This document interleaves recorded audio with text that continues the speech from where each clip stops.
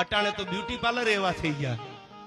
આ ઇન્સ્ટાગ્રામમાં ઘણી વાર કહું છું, ફિલ્ટર એવા આવી ગયા. ઇન્સ્ટાગ્રામ નો ફોટો જો એટલે તમને એમ થાય આ તો ઇન્દ્રની અપ્સરા છે.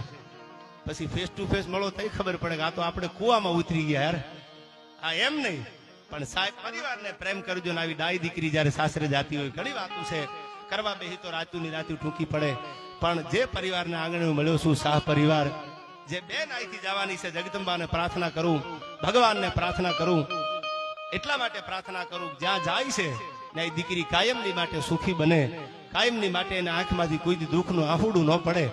અને એટલા માટે, કારણ કે આપણે તો ખાલી બોલીએ કે કરવા વાળો તો પરમાત્મા છે, ઈશ્વર છે, એથી મોટો તો જગતમાં કોણ હોય? બધું જાણવા છતાં અંતે મટી અટકી પડી, ભગવાનથી મોટો દુનિયામાં કોઈ નથી. અને હવે સાંભળજો, વેદનો ભણેલો જેને શિવ રીઝવા, કોઈ હોશિયારીની વાત કરતા હોય, કોઈ પૈસાના પાવરમાં બોલતા હોય, એના માટે હું કાયમ કહું છું, કોઈ પોતાના એજ્યુકેટેડના પાવરે બોલતા હોય એના માટે હું કાયમ કહું છું કે સાંભળી લીજો, દુનિયામાં કોઈ દી ડાપણ કાયમ નથી આવતું. દુનિયામાં તો હરિ ઈસા બળવાન હોય છે, ઈશ્વરથી મોટું જગતમાં કોઈ નથી. અરે વેદનો ભણેલો, તમે શું ભણો? ડોક્ટરનું ભણો, એન્જિનિયરનું ભણો, પાયલટનું ભણો, આ તો વેદનો ભણેલો હતો. 4 વેદ જે હતા, યજુર્વેદ, ઋગ્વેદ, તમે જાણો છો ત્યારે વેદનું જ્ઞાન જેની આગળ હતું. વેદનો ભણેલો જેને શિવ રીઝવા, ભગવાન શંકરને જેને રીઝવી અને હામાં ઉભા રાખી દીધેલા, આવો રાવણ હતો, લંકાપતિ રાવણ. વેદનો ભણેલો જેને શિવ રીઝવા, તો એને જાનકીને કેમ હરી લીધી? દુનિયાના દાયા બધી દાપણની વાતો કોણે કીધી? સાહેબ, તમારો વિનાશ આવે ને ત્યારે બુદ્ધિ પહેલા બગડે છે. હું ટૂંકી વાત કરી દઉં. ભગવાન કૃષ્ણ પરમાત્મા છે, સંધિ કરવા માટે જયારે દુર્યોધનની કચારીમાં જાય છે, આ મહાભારતનો પ્રસંગ તમને કહું, સંધિ કરવા માટે જાય છે કે દે દો કેવલ 5 ગ્રામ રખ લો ધરતી अपनी तमाम, हम वही खुशी से खाएंगे परियन पे हसीन उठाएंगे. ભગવાન કૃષ્ણ પરમાત્મા આવ્યા કે દુર્યોધન, અમારે બધું નથી જોતું, ખાલી 5 ગ્રામ આપી દે ને આ પાંડવો માટે. દે દો કેવલ 5 ગ્રામ રખ લો ધરતી अपनी तमाम, हम वही खुशी से खाएंगे परियन पे हसीन उठाएंगे. પણ दुर्योधन वे भी दे न सका, आशीष समाज की ले न सका, उल्टे हरि को बांधने चला, जो था साध्य वो साधने चला. जब नाश मनुष्य पर छाता है पहले विवेक मर जाता है. જ્યારે માણાની બુદ્ધિ બગડે, જ્યારે એનો પાપનો ઘડો ભરાઈ જાય, ત્યારે પેલો વિવેક મરી જાય છે. એના માઇન્ડમાં વિવેક નથી રહેતો, ડિસિપ્લિન નથી રહેતું, પછી એના માઇન્ડમાં અભિમાન આવી જાય છે. પહેલે જબ નાશ મનુષ્ય પર છાતા હે પહેલે વિવેક મર જાતા હે. અને સાહેબ, ત્યારે ભગવાન કૃષ્ણ પરમાત્મા બોલ્યા હતા, તો હવે સાંભળી લે, તારે 5 ગામ નથી દેવા. ભરી સભામાં દ્રૌપદીના ચીર જોંટા, તેથી દ્રૌપદીએ મેણું માર્યું હતું કે હે કૃષ્ણ ભગવાન, તારી સગી બેન ની આબરૂ જાતી હોય તો તું આવ્યું ને. તારી સગી બેન ના કોઈ ચીર જોડતા હોય, તારી સગી બેન સુભદ્રાનો વાળ જો થાય વાંકો, તો એક નૈયા તું કાળો મટીને થઈ જાતો રાતો.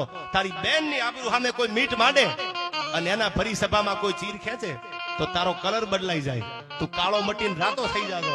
તારી સગી બેન નથી એટલે. ત્યારે ભગવાન કનૈયાએ કીધું, તું બેન મુજાતી નહીં. તારી બેન જો સુભદ્રાનો વાળ જો થાય વાંકો તો તું કાળો મટીને થઈ જાતો રાતો. એ કનૈયા, એ જાદવરાય, તારે ને મારે શેનો નાતો? કેમ તું મારો ને તારો સંબંધ ભૂલી ગયો?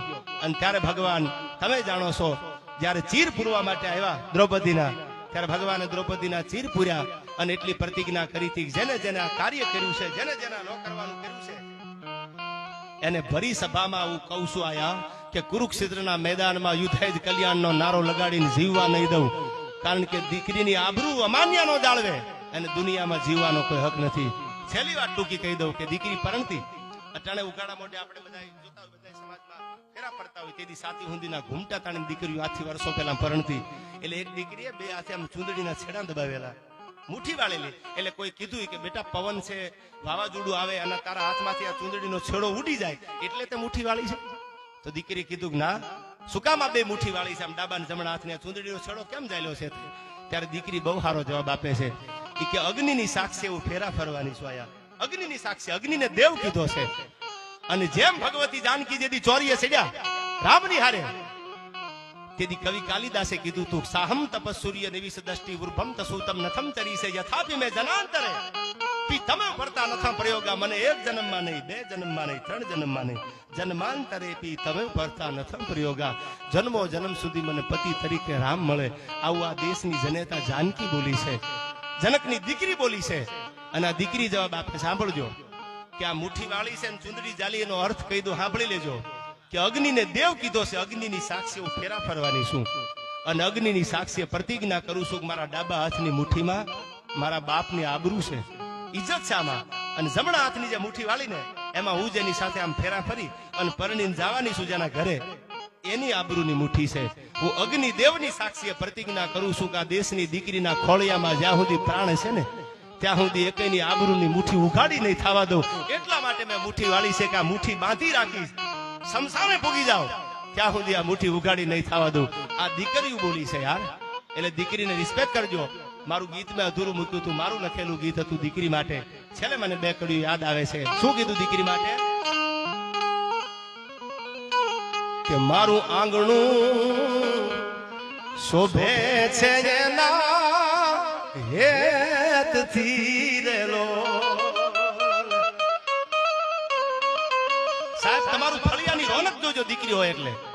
એ રોનક તમે ખાલી જોઈ લીજો જે ફળિયામાં દીકરી હોય. મારું આંગણું શોભે છે એના હેતથી રેલો અને જાણે ખીલ્યો કાઈ આજ તુલસી કેરો છોડજો.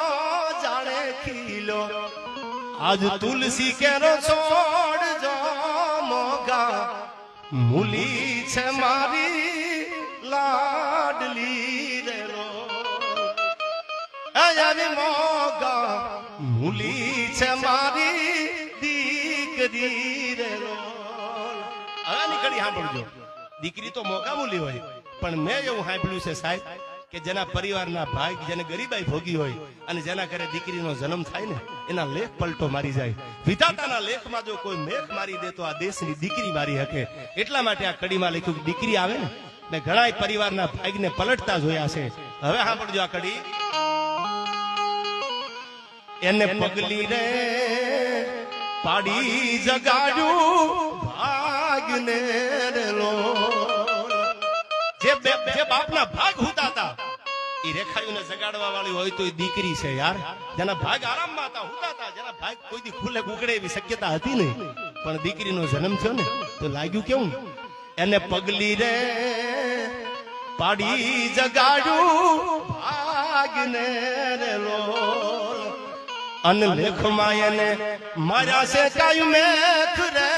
લેખમાં એને મારા છે કાઈ મેખ રે. મોગા મૂલી છે મારી દીકરી રેલો. આવી મોગા મૂલી છે મારી લાડલી રેલો.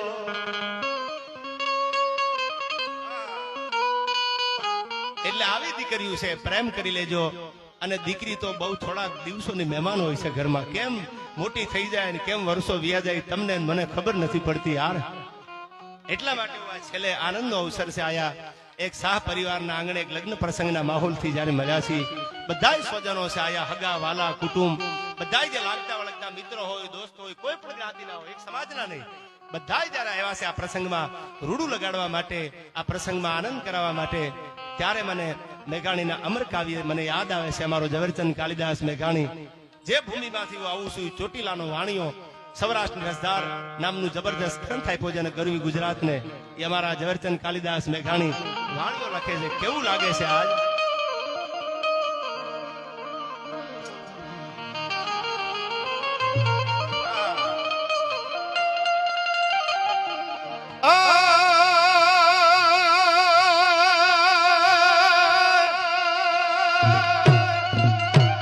પણ કોટાઈ મોરટ હું કિયા અનવાળી વાદળ ચમકી વીજ પણ મારા રુદાને રાણો સાંભળ્યો. અરે રે આજ આવી અષાઢી બી પણ મારા રુદાને મારા રુદાને રાણો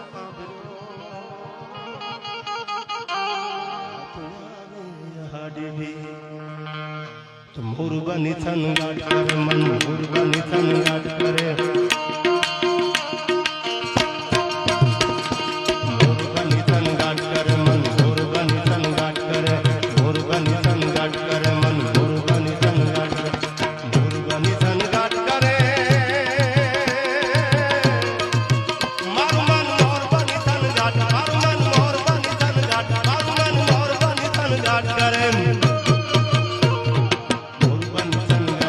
મન મુરગની તનગાટ કરે, મુરગની તનગાટ કરે, મન મુરગની તનગાટ કરે.